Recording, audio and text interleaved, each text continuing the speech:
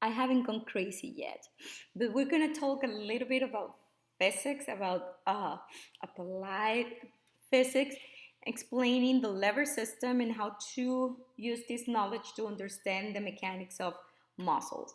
So we have a leverage. A lever is just a rigid structure. This can be a lever, and we can place a fulcrum right here in the middle. In my example, let's put it in here, and I can apply force in here to move something that I have in the other end. Okay, so that's a lever.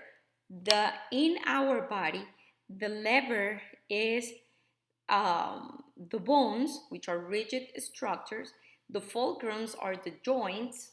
Okay, the load, well, is whatever resistance we're gonna place or we want to lift, and the effort is the muscle action, is the action of the muscle. And we have three types of levers: class 1, 2, and 3 lever systems.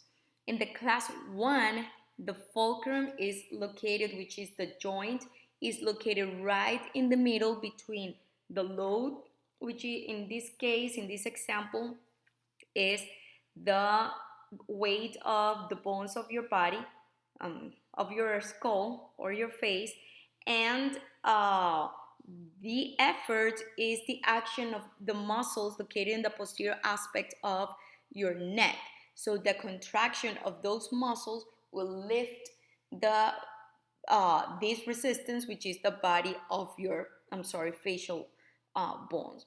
And the fulcrum is the joint, the atlanto-occipital joint. That example can be used also to, well, in here you have that example that we just explained. In here, into the intervertebral joint, we can also use this example to explain class 1 lever systems, where the load can be the entire, let's put it in here, the entire weight of the trunk and skull, and you're in the flexing position to lift it. You are going to extend the muscles of your back.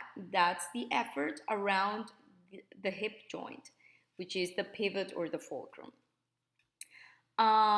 In the second type, or in the class 2 lever system, here we have the game. It's a power lever. Power lever is, or are levers that with a minimum effort we can move a big load.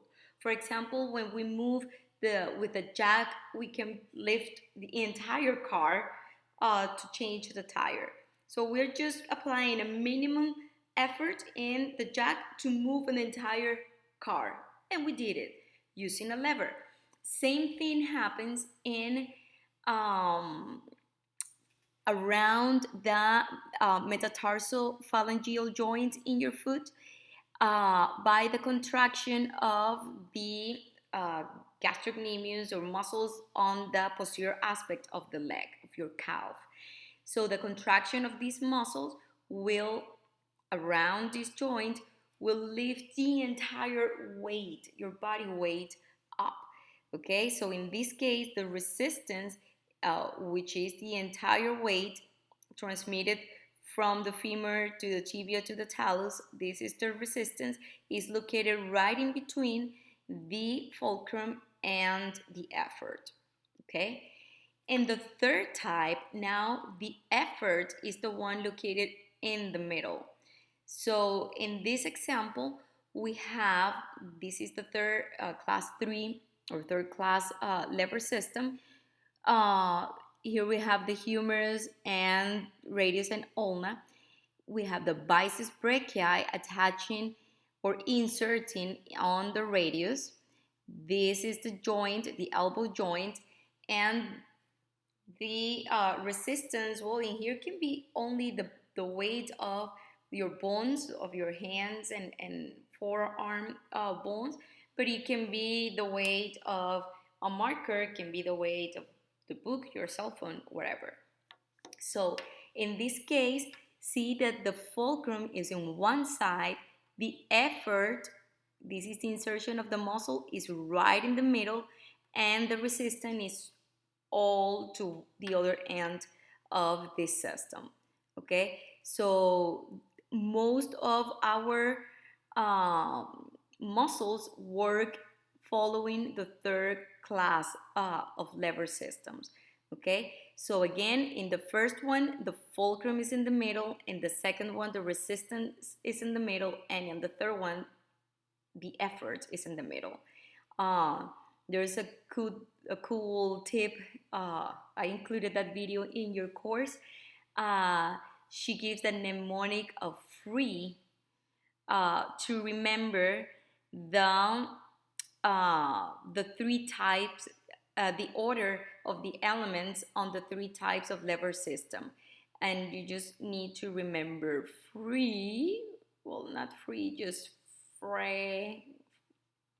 free. And these are the structures that are located in the middle. So you just make up the ends. This is the first class of lever system. The fulcrum is in the middle. The resistance, the fulcrum is in the middle in the second, and the resistance is in the middle in the second class lever, and the effort is in the middle in the third class lever systems. So remember, most of our joints work in the third level system. This is another example of class 3 lever system, which is the rotator cuff muscles. So the muscles, they originate in the scapula, but they insert on the humerus. So the joint is the glenohumeral joint. The muscles are the rotator cuff muscles inserting lateral to that joint on the humerus, and the load is whatever you have in your hand. It can be a baseball, for example.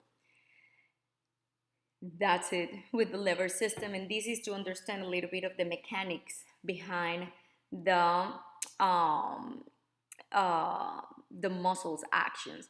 And you can modify the arm, the length of the arm, and the effort, the resistance, the fulcrum, to adapt it to be a power or speed uh, uh, lever system.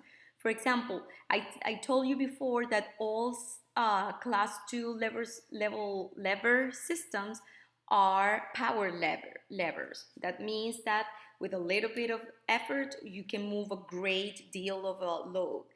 Most of our joints work following the class 3 level system, which with a lot of effort, we can move, not with a lot of effort, with that effort, we can move the load farther away. So we gain speed, we sacrifice a little bit of power.